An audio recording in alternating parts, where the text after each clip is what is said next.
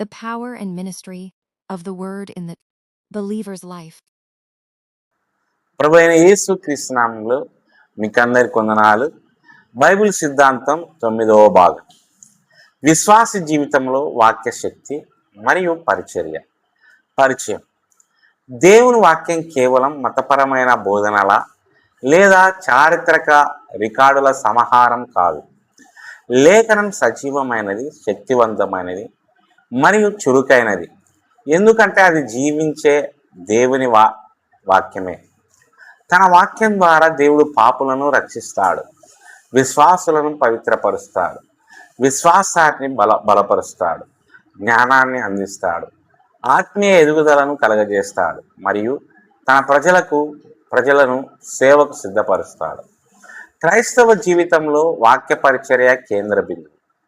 భౌతిక జీవితం ఆహారంపై ఆధారపడినట్లే ఆత్మీయ జీవితం దేవుని వాక్యంపై ఆధారపడి ఉంటుంది. లేఖనాన్ని నిర్లక్ష్యం చేసే విశ్వాసి ఆత్మీయంగా బలహీనపడతాడు. అయితే దేవుని సత్యాన్ని నిరంతరం స్వీకరించే విశ్వాసి పవిత్రతలో మరియు పరిపక్వతలో ఎదుగుతాడు. లేఖనమంతటా దేవుని వాక్యం ఈ విధంగా వర్ణించబడింది: విత్తనం, రొట్టె, నీరు, పాలు, మాంసం, వెలుగు, అగ్ని, స్తుతి, ఖడ్గం. ఈ ఉపమానాలు లేఖనం యొక్క పరివర్తన శక్తిని నొక్కి చెబుతాయి. దేవుడు తన ప్రజల హృదయాలలో మరియు జీవితాలలో తన ఉద్దేశాలను నెరవేర్చడానికి పరిశుద్ధాత్మ పరిచర్య ద్వారా తన వాక్యాన్ని ఉపయోగిస్తాడు. ఈ అధ్యయనం దేవుని వాక్య శక్తిని, రక్షణ మరియు పరిశుద్ధీకరణలో దాని పరిచర్యను, ఆత్మీయ ఎదుగుదలలో దాని పాత్రను, దైనందిన జీవితానికి దాని మార్గదర్శకత్వాన్ని, ప్రార్థన మరియు ఆరాధనలో దాని ఉపయోగాన్ని మరియు లేఖనం పట్ల విశ్వాస యొక్క బాధ్యతను పరిశీలిస్తుంది. ఇందులో 10 విషయాలు కలవు. మొదటగా, దేవుని వాక్య స్వభావం మరియు శక్తి. దేవుని వాక్యం సజీవమైనది మరియు చురుకైనది. ఎందుకంటే దేవుని వాక్యం సజీవమైనది, శక్తివంతమైనది మరియు 2 అంచులు గల ఖడ్గం కంటే పదునైనది. ఎబ్రీ 4:12. సజీవమైనది అనే పదానికి అర్థం సజీవమైనది. లేఖనం ఆత్మీయంగా సజీవమైనది ఎందుకంటే అది సజీవుడైన దేవుని నుండి వస్తుంది. సాధారణ పుస్తకాల వలె కాకుండా బైబిల్ ప్రజల హృదయాలపై చురుకుగా పనిచేస్తుంది. వాక్యం హృదయాన్ని బయట పెడుతుంది. ఎబ్రీ 4:12 ఇలా కొనసాగుతుంది: మరియు అది హృదయంలోని ఆలోచనలను, ఉద్దేశాలను వివేచిస్తుంది. లేఖనం బయలుపరుస్తుంది పాపం, ఉద్దేశాలు, అవిశ్వాసం, అహంకారం, ఆధ్యాత్మిక అవసరం. దేవుని వాక్యం అంతరంగాన్ని శోధిస్తుంది. వాక్యం దేవుని సంకల్పాన్ని నెరవేరుస్తుంది. నా వాక్యము వ్యర్థముగా నా యొద్దకు తిరిగి రాదు. యెషయా 55:11. దేవుని వాక్యం తన దైవిక సంకల్పాలను నెరవేర్చడంలో ఎన్నడూ విఫలం కాదు. అది దోషులుగా ప్రకటిస్తుంది, రక్షిస్తుంది, పవిత్రపరుస్తుంది, ఓదారుస్తుంది, తీర్పు తీరుస్తుంది. వాక్యానికి దైవిక అధికారం ఉంది. లేఖనం దేవుని వాక్యం కాబట్టి అది దేవుని అధికారాన్ని మరియు శక్తిని కలిగి ఉంటుంది. విశ్వాసి లేఖనంలో కేవలం మానవ ఆలోచనలను మాత్రమే కాకుండా ఆయన వాక్యం ద్వారా స్వయంగా మాట్లాడుతున్న దేవుడిని ఎదుర్కొంటాడు. రెండవ విషయం, రక్షణలో వాక్య పరిచర్య. వాక్యం సువార్తను వెల్లడిస్తుంది.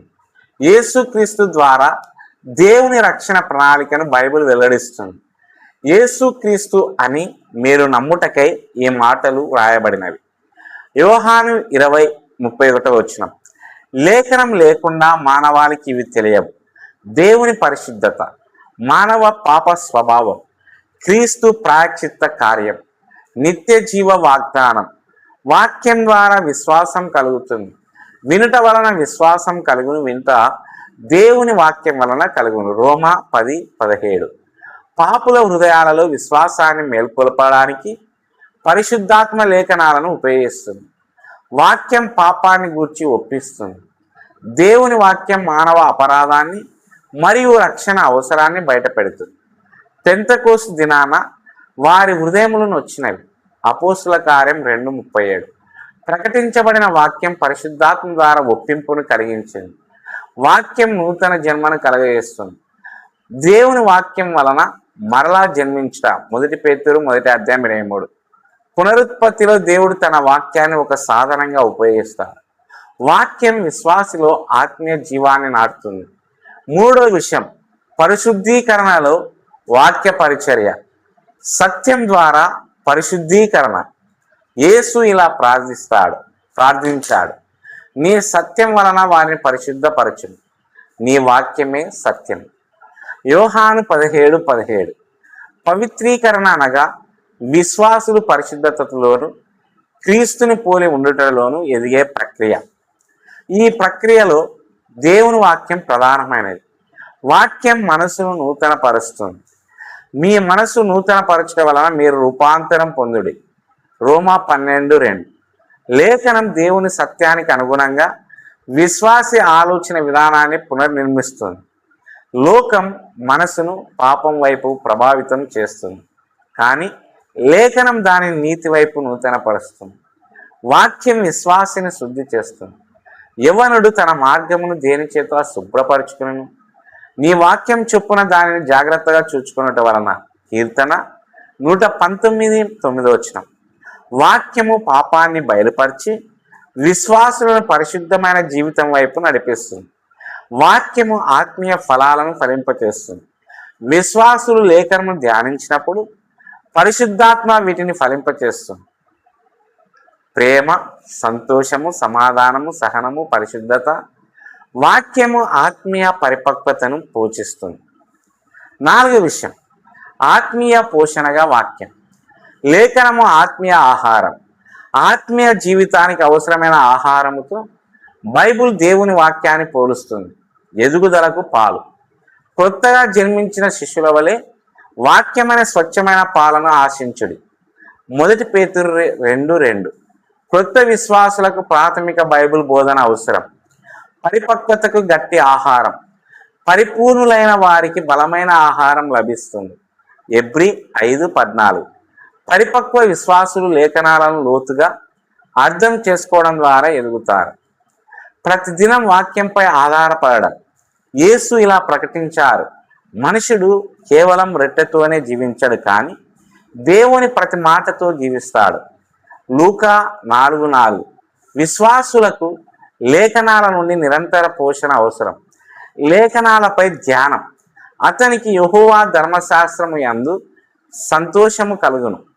ఆయన ధర్మశాస్త్రం గురించి పగలు రాత్రి ధ్యానించుము. కీర్తన 1:2. ధ్యానం అంటే దేవుని సత్యాన్ని జాగ్రత్తగా పరిశీలించడం. ధ్యానం ద్వారా విశ్వాసం బలపడుతుంది, జ్ఞానం వృద్ధి చెందుతుంది, హృదయం రూపాంతరం చెందుతుంది. 5వ విషయం, దైనందిన జీవితానికి మార్గదర్శిగా వాక్యం. లేఖనం మార్గనిర్దేశం చేస్తుంది. నీ వాక్యము నా పాదములకు దీపమును, నా మార్గములకు వెలుగును అయి ఉన్నది. కీర్తన 119:105. దేవుని వాక్యం విశ్వాసులను లోకపు చీకటి నుండి నడిపిస్తుంది. వాక్యము జ్ఞానాన్ని ఇస్తుంది. యెహోవా సాక్ష్యము నమ్మదగినది, అది అవివేకులను జ్ఞానులుగా చేయను. కీర్తన 19:7. లేఖన విషయాలలో జ్ఞానాన్ని అందిస్తుంది. నిర్ణయాలు, సంబంధాలు, నైతికత, ఆరాధన, పరిచర్య. వాక్యము పాపము నుండి కాపాడుతుంది. నీకు విరోధముగా పాపము చేయకుండానట్లు నీ వాక్యము నా హృదయములో దాచుకొని ఉన్నాను. కీర్తన 119:11. లేఖనమును కంఠస్థం చేసి దానిని అన్వయించుట విశ్వాసులను శోధన నుండి బలపరుస్తుంది. వాక్యము తప్పు నుండి సత్యాన్ని వేరు చేస్తుంది. తప్పుడు బోధలు సంఘానికి నిరంతరం ముప్పుగా ఉంటాయి. విశ్వాసులు సత్యము నుండి మోసాన్ని వేరు చేయడానికి లేఖనం వీలు కల్పిస్తుంది. 6వ విషయం, ప్రార్థన మరియు ఆరాధనలో వాక్యం. లేఖనము ప్రార్థనను బలపరుస్తుంది. దేవుని వాగ్దానాలు విశ్వాసంతో కూడిన ప్రార్థనను ప్రోత్సహిస్తాయి. విశ్వాసులు తరచుగా లేఖనములోని భాషను మరియు సత్యాలను ఉపయోగించి ప్రార్థిస్తారు. వాక్యము మరియు ఆరాధన. నిజమైన ఆరాధన దేవుని సత్యం ద్వారా రూపుదిద్దుకోవాలి. ఆయనను ఆరాధించేవారు ఆత్మతోనూ సత్యముతోనూ ఆరాధించవలను. యోహాను 4:24. లేఖనము ఆరాధనను వీటి వైపు మళ్లిస్తుంది. గౌరవము, పరిశుద్ధత, సత్యము, క్రీస్తు కేంద్రీతత్వము, వాక్యము స్తుతిని పుట్టిస్తుంది. లేఖనం ఆరాధనను మరి స్తుతిని ఎలా ప్రేరేపిస్తుందో కీర్తనలు ప్రదర్శిస్తాయి. విశ్వాసులు ఆయన వాక్యం ద్వారా దేవుని స్వభావాన్ని అర్థం చేసుకున్నప్పుడు ఆరాధన గాఢమవుతుంది. 7వ విషయం, ఆత్మీయ యుద్ధములో వాక్య పాత్ర. ఆత్మ ఖడ్గంగా లేఖనం. ఆత్మ ఖడ్గం అంటే దేవుని వాక్యం. ఎఫెసీ 6:17. ఆత్మీయ మోసం మరియు శోధనలకు వ్యతిరేకంగా దేవుని వాక్యమే విశ్వాసికి ఆయుధం. సాతానికి వ్యతిరేకంగా క్రీస్తు లేఖనాన్ని ఉపయోగించారు. శోధన సమయంలో యేసు పదే పదే ఇలా జవాబిచ్చారు, ఇది వ్రాయబడి ఉంది. మత్తయి 4:4. శోధన ఎదిరించడంలో లేఖనం శక్తివంతమైనది. వాక్యం అసత్యాన్ని బయలుపరుస్తుంది, సత్యం ఆత్మీయ మోసాన్ని ఓడిస్తుంది. లేఖనంలో స్థిరపడిన విశ్వాసులు తప్పుడు బోధన మరియు దోషాల నుండి రక్షించబడతారు. 8వ విషయం, క్రైస్తవ పరిచర్యలో వాక్యం. వాక్యమును ప్రకటించడం. వాక్యమును ప్రకటించును. 2 తిమోతి 4:2. క్రైస్తవ పరిచర్య లేఖనం కేంద్రంగా చేసుకొని ఉండాలి. ప్రసంగికి అధికారం దేవుని వాక్యాన్ని నమ్మకంగా ప్రకటించడం ద్వారా వస్తుంది. వాక్యమును బోధించడం.